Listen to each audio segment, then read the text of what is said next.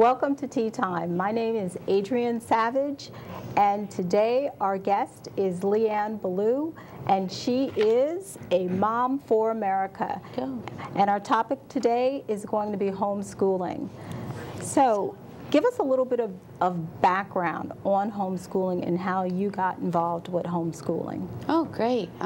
It's a story I love to tell. I have two sons. The oldest one went to the public school system until fourth grade. My younger son went in kindergarten, and he's a very bright boy. He was reading ahead of his age group, but he wasn't coping well in the classroom because he had a different learning style than most classrooms had. The public education system in America, for the most part, in the classroom setting, is geared towards auditory learners, meaning people who learn by hearing or by writing, filling out. The homework comes and you have all the blanks and they have to fill it out. And some children learn very well like that, but not the majority, actually. My younger son, and my older son was a great learner, he did great in school, but my younger son is a visual learner and a kinetic learning, meaning he learns through movement and by visually seeing.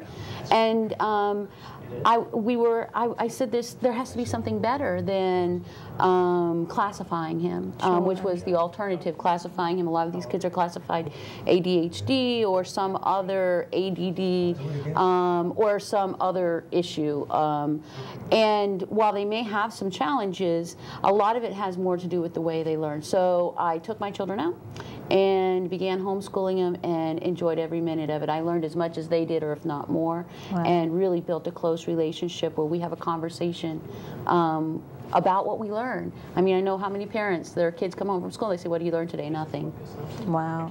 So how do you actually get into homeschooling? What was the first step for you after recognizing that your children needed something different? Well, in New Jersey, the law is pretty easy for homeschooling. I wrote a letter to the school district letting them know that I'd be home educating my children.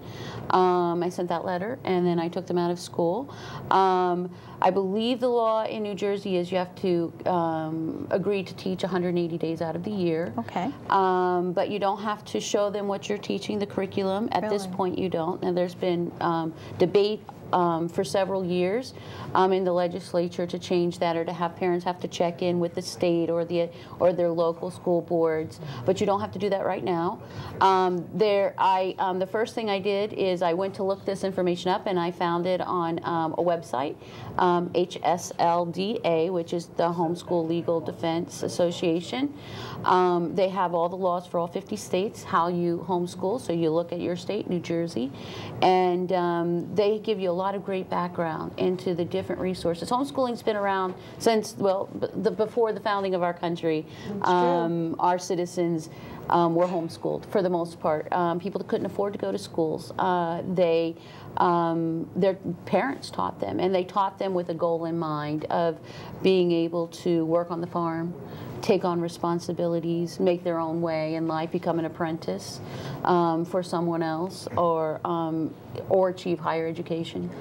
Another question I have is, I guess other people are concerned, about the learning checks, or making sure that your child is achieving the goals where they need to, so that if you decide, or if they decide to go to college, that they're going to be able to meet those goals. Well, it's very interesting. Colleges scoop up homeschoolers. They love them because homeschoolers tend to be more self-disciplined. They tend to be more motivated, driven, able to react well with people of all age groups. It's very interesting to me, people say about socialization. Oh, yes, that's a big one. And one of the things I always say is that when in life will you ever be in a situation, whether in employment or just in the grocery store, where you're in a room with 30 children or 30 people your own age from your own neighborhood? Almost never. I mean, education by zip code is really, and education by age is really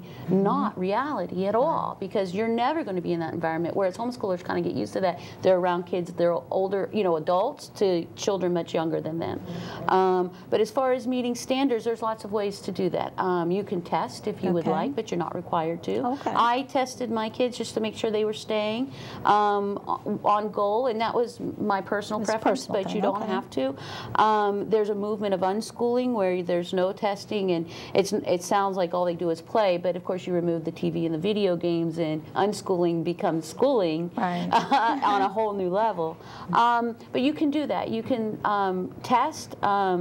You can find achievement tests all over on the internet for free, many of them. And so what other kind of, I know that definitely socialization is a big one everyone throws out there, and like you, I really just believe that's a misnomer, because not only that, it's not like your children are living in a bubble. They have family members, they have friends, there's extracurricular sports, so it's not like you're putting them in a box. Activities, church, or so whatever. And a lot of homeschoolers get together and have great fun field trips and co-ops. I was part of a co-op when a few years ago. It was awesome, where we had it was really run like the old schoolhouse. So we would have 7th graders through 7th through high school, all in one school room, all in one class, and they would learn history. We did history and writing that. So before you go any further, can you expound on co-op, exactly what that means? So a co-op basically is a group of parents, homeschooling parents,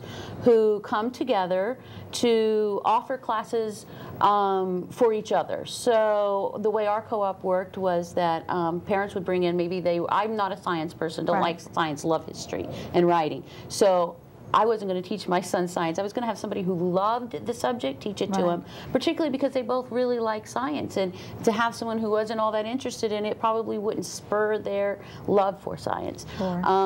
So we have that a mother who really loved science, taught science, and I would teach history. And we would a co-op. So it's basically a cooperative of parents coming together to share their talents and their gifts and their love and their enthusiasm with other children, including their own. And having the benefit of having a parent do that in another subject that perhaps you're not as on fire about, if you will. So what other pushback do you get from society, the community, the structured educational system? I think that there is this myth that people believe that you have to be, have your master's in education to teach someone. But the truth is that's not true. The best teachers typically have they're engaging because they enjoy the subject they're teaching. You're not teaching education. And yes, it is different. I guess if you're in a classroom of 30 kids, more of education is probably how to settle down 30 kids. When you're in the homeschooling environment, you can really specialize to your child's learning capabilities, their desires, what they're passionate about. They'll be far more interested if you're in a subject that they're passionate about. And I think that I think socialization is a big part of it. And I think that there's people who think that these kids are odd, like that they won't be able to get along in society, which has been proven over and over again is a falsehood. Colleges, the military academies, which are the cream of the crop, if you think about it, such a small number of people who apply into the military academies get there. And they are eager for homeschooling. My older son is interested in going into the Naval Academy, and it's been something he's wanted to do since he's kind of gotten into the understanding he's going to go to college or further his education outside of his house.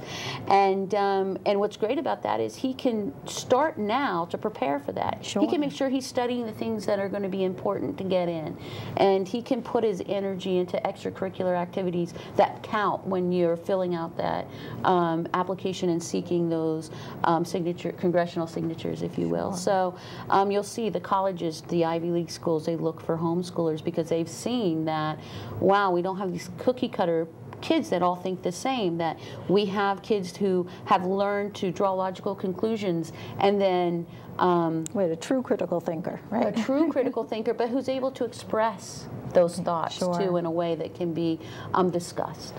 So that's awesome. So also, aside from some of the pushback that you may get, and you also talked about some of the benefits of it as well. is there a movement? Is it growing? Oh, yes. The homeschooling movement has been around for a very long time. Well, like I said, since before the foundation of our nation, those who lived here, most of them were homeschooled. And this is true throughout history. Classical education, what we understand it, you know, is probably Greek in nature, and it was taught at home. Sometimes you got, you know, if you were Alexander the Great, you got Aristotle to come and teach you, but he taught you at home. He was your tutor at home. Right. Only, well, but that's what I mean. I mean, it was taught at home. But the movement has been growing, I would say, in the last decade. I'm not sure now how many numbers of millions of Americans are homeschooling, but even in New Jersey, there's great resources in New Jersey. HSLDA can link you, when you click on your state, they'll tell you where all the homeschooling groups are. So there's groups by region. I belong to one called Enoch, and they're all through New Jersey. It's Christian homeschoolers, so which is awesome. But there's unschooling groups for people who want to unschool. There's a lot of support out there, and I think that's the other thing. People, you know, some of the pushback is, how are you doing this on your own? Well, I'm not. Just like I wouldn't do any job on my own. Sure. You can if you choose to, but there's so much support out there, and the movement is just growing. And I think that's, you know, twofold. One, I think people are starting to see that the school systems aren't meeting the needs of their children, and they're calling them special needs, but what they are just different needs than what's offered. And two, I think that there's this real drive to specialize again. You know, the school systems have kind of gotten away from specializing, and it's kind of, you know, jack of all trade, master of none, and really not only not master of none, but no true usable information in one field. Where in homeschooling, if you have a child who is a great gymnast and they're going to be at practices and in competitions a lot, what you have the option at homeschooling is that you don't have to homeschool, you know, from 8:30 to 3:30. You don't have to homeschool Monday through Friday. You can homeschool. So you can kind of create adjust it for your child. Yeah, and really teach your child to be an individual. I think that's lost in the public schools. Well, they don't want you to be an individual. They don't want you to be an individual anymore. But we thrive as a society on the individual. This country was built and was made great on the individual. The idea that each of us has a special calling, a special purpose, and that we work together as a team at fulfilling that purpose in order to be a blessing to the other individuals or the rest of humanity, if you will. And so the great thing about homeschooling is we can really make our students, our children, help them, not make them, but help them find that fire, that sacred fire within them that just lights them up and says, you know what, I want to learn everything I can about this. You know, for two boys, I have a 12-year-old. War right now is the big subject. Like, we study wars, but let me tell you, you learn a lot of history in war. Absolutely. You learn a lot of math in war. You learn a lot of science in war, because all those technologies that we have in war came from science. So you can teach every subject teaching war. You can teach literature teaching war. You can teach history. You can teach writing. You can teach math. Do war, though, and just keep it going. And that's the other thing. The biggest plus of homeschooling is that you teach your kids to love to learn. Right. How many kids do you know in the public school setting, as a percentage of the entire population, enjoy going to school, love to learn? There's very few, and you'll find the ones.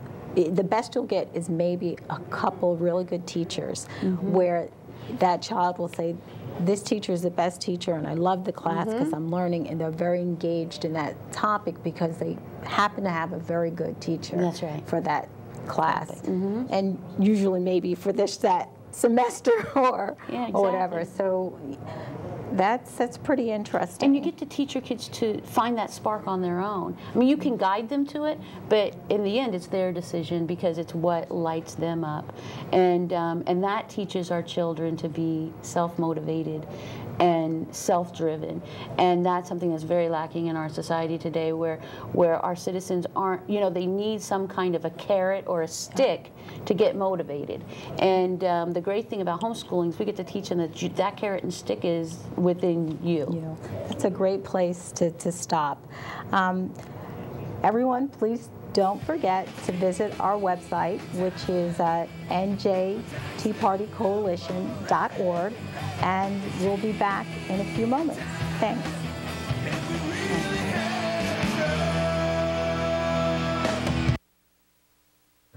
With all the excitement happening with the Tea Party, it may be a little hard to separate fact from fiction. Find out the truth for yourself. Visit the New Jersey Tea Party Coalition's website at www.njteapartycoalition.org. You may find a common voice to your concerns on how our government is functioning, and discover a means to help restore our nation based on the proven principles of our Constitution.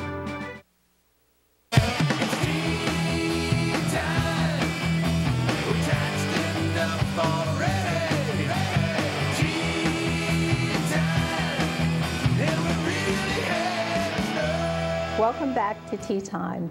We were just discussing homeschooling and the importance of homeschooling and getting people involved in the opportunity of homeschooling with Leigh Bellew.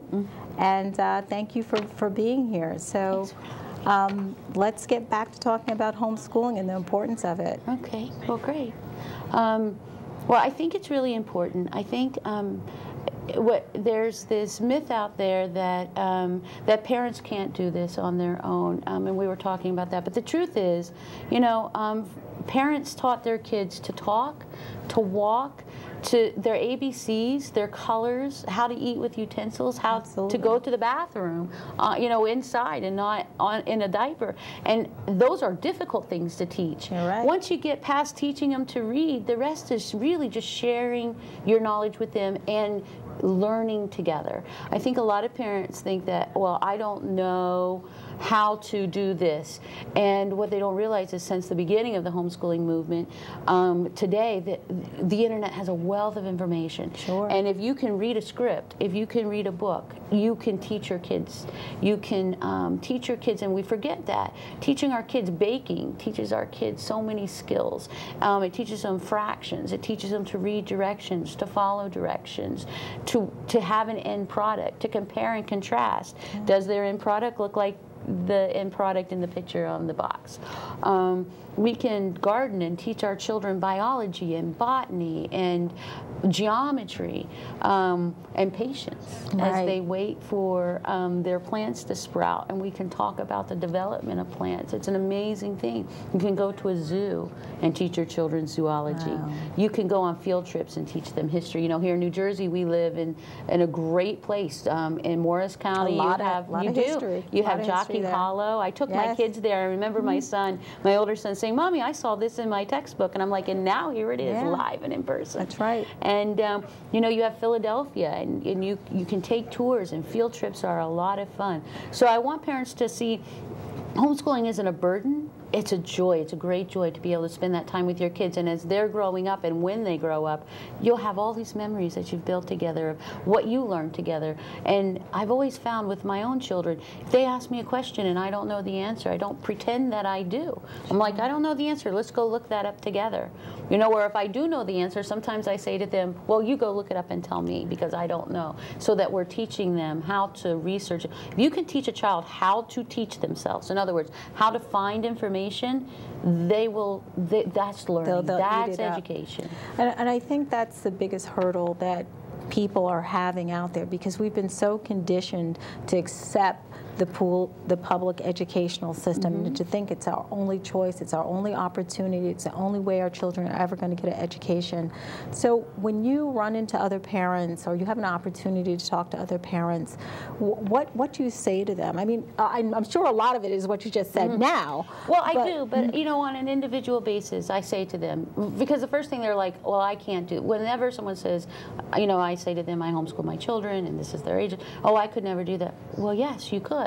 And I want to encourage them, because we have been conditioned that if you don't have a master's in education, you can't educate your children. Well, that's not true. Parents have been educating their children since the beginning of time. This is how it's always been. This idea of an institutionalized education is new within the last century. I mean, this happened at the turn of the century, this institutionalized education. That's only 100 years old. However, education has been going on for 5,000 plus years. so yes, you can do it. You can do it. No one is going to care as much about your child's education as you are. No one's going to care about their self-esteem as much as you are as a parent. I mean, that's part of being a parent. And there's only, you know, in classroom size is so much smaller. Even Absolutely. if you are a family of 12, it's only 12 in the classroom, you know? Well, one of the things that I'm sure a lot of parents think about if they want to homeschool their children is how the economics of it. How much does it cost?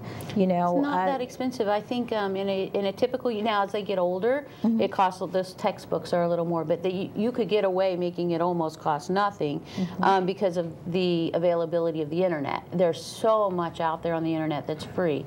But typically, I probably, for my 2 kids, spend $1,000 a year on just materials, and that includes their textbooks. You know, some years it might be $1,500, depending on if there's an expensive textbook that one of them wants to learn. Because we kind of sit down and talk about, and we stay on a schedule. I teach, and I believe that this is important for parents because it makes it easier on the parent. But we teach from the beginning of history to the end, to where we are today.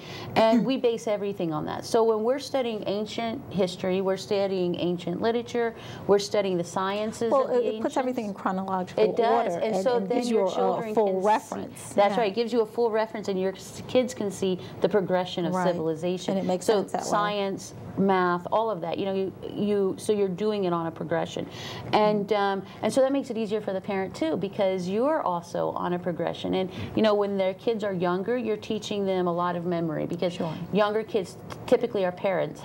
How many of your younger kids repeat everything you say? So that's how you teach them math. You teach them their times tables by you saying it, they saying it, and they repeat everything. You teach them to memorize, you know, poems that way. You teach them writing that way. You know, have them copy the word. And this is what I mean when it's not that expensive. Go to the library. You go to the library, you could probably homeschool your child for the cost of the paper and pencils that they use. And I guess another thing is, like, people are probably trying to think to themselves, because I know when I'm sitting here with you, I'm thinking, well, if I was in this situation, how would I actually functionally work it out in terms of, like you just said, you sit down with your children, you really talk about the curriculum and what you're going to be teaching. And you had also mentioned that it's not necessarily from 9 to 5 every day. It may be an evening trip. It may be something on the weekend. Homeschooling, you know, if I could encourage a parent who's thinking about it, it's a mindset. Homeschooling is really about educating your child in everyday life. And some of that requires learning in books, just like we had to learn. Some of that requires learning from interaction, from experience. So it's really a mindset. You know, you get up in the morning and, you know, some people are very rigid about it. I mean, homeschooling is so, the techniques of homeschooling are as varied as there are homeschoolers in America. But, you know, first, I would say, if you're thinking about homeschooling, or when you first pull your child out of school, if they've been in the public school system, give them a year to now, before you go any further, how do you prepare them to pull them out of the public education legally you have system? to write a letter to the, actually in New Jersey, I don't even think you have to inform them, but you should. You write a letter to the school district saying that you're going to be pulling your child out and you're going to be homeschooling. And then, and of course, look at all the laws, and I gave you the websites for those earlier on where you can find the laws for homeschooling. And then prepare your children, let them know, discuss it with them. They may push you back a little bit because they only know what they've experienced. But explain to them that the benefits of homeschooling, which is, you know, you don't have to get up early every morning and get dressed and eat your breakfast and go out to school, and you know, you're not in a hurry. You can take your time. You can do far more field trips. You know, we always educated, I always had 4 days a week that were set, like we were going to do book learning as they got older. Now when they're younger, most of what they learn by playing, so that's fine, you know, kindergarten and first grade and second grade don't. You know, it probably take you an hour to do all the work that needs to be done for a first and second grader. So it really, and then you get to spend the rest of their time playing. But what we forget is children learn by playing. Right. Like they're educating themselves by playing, or we're educating by playing them, playing games with them. Sure. So that's, but for a parent who's doing that, and I would say, don't just like jump in on your child. If you've taken them out of the public school systems, they need to decompress. Right. They need to unlearn some of the things that they learned in the school system, such as everybody learns the same way, or learning isn't fun, because a lot of kids don't think learning's fun. We have to kind of let them decompress and get used to the schedule themselves, and teach them at that same time about self-motivation, because in the school system they've been motivated by external forces. And while that is part of what we do in homeschooling too as parents, we also want to teach them, we want eventually those external pressures to become internal, as far as internal drivers for them. So I would say you take your kids out of school, spend that, you know, whenever that is, that first few months, 6 months to a year, depends on your child and how long they've been in school, how old they are, and go do field trips in the beginning to learn. You know, I wouldn't necessarily give up on the math, but find a fun way to do math. Okay. Because math is one of those things that you need repetitive practice in order to master it, which is the truth. Find a musical instrument that your child, or some activity that your child can really engage in, that they can take ownership of, especially your older children. If you're taking them out, I would say past 4th grade, they need to start taking some ownership of some things. They need to feel like they get some decision making. Talk to your kids about what they want to learn. Find out what their passions are. My 12-year-old boy likes war, so everything we learn from math to science, we find a way to connect it back to what all boys at that age like, war, you know, or my older son is a science buff, so we take everything back to science. Well, we've got about 2 minutes left or so, and I know you had also mentioned that there's typically an annual convention where people can learn about it. There is. In mid-May, I don't have the dates exactly right, but it'll be a weekend in mid-May. I think it's around the 18th. Or it may be a little later. In New Jersey is ENOC, the Homeschooling Convention in New Jersey. It's in Edison at the, I think it's the Garden State Exposition Center. It's reasonably inexpensive. If you're a first-year homeschooler or just thinking about homeschooler, somebody let you in for free. And what's great about it is they have wonderful speakers. And when they have speakers, they have like these little classrooms, so they can kind of ease you into homeschooling. You'll get an ability to see all the curriculum that's out there, which will just blow you away, because you're like, I don't have to do this on my own. And you'll get to meet other homeschooling families. And the important part about that is that you can learn from parents who have already done it for a while. That's awesome. That's always been one of my dreams, is to mentor other parents to do this, because I needed one too. Well, that's awesome. So I'm happy that you came, and we're going to post your information on our site. And everyone out there, please remember to go to New Jersey, that's NJTeaPartyCoalition.org, and we look forward to seeing you next time around.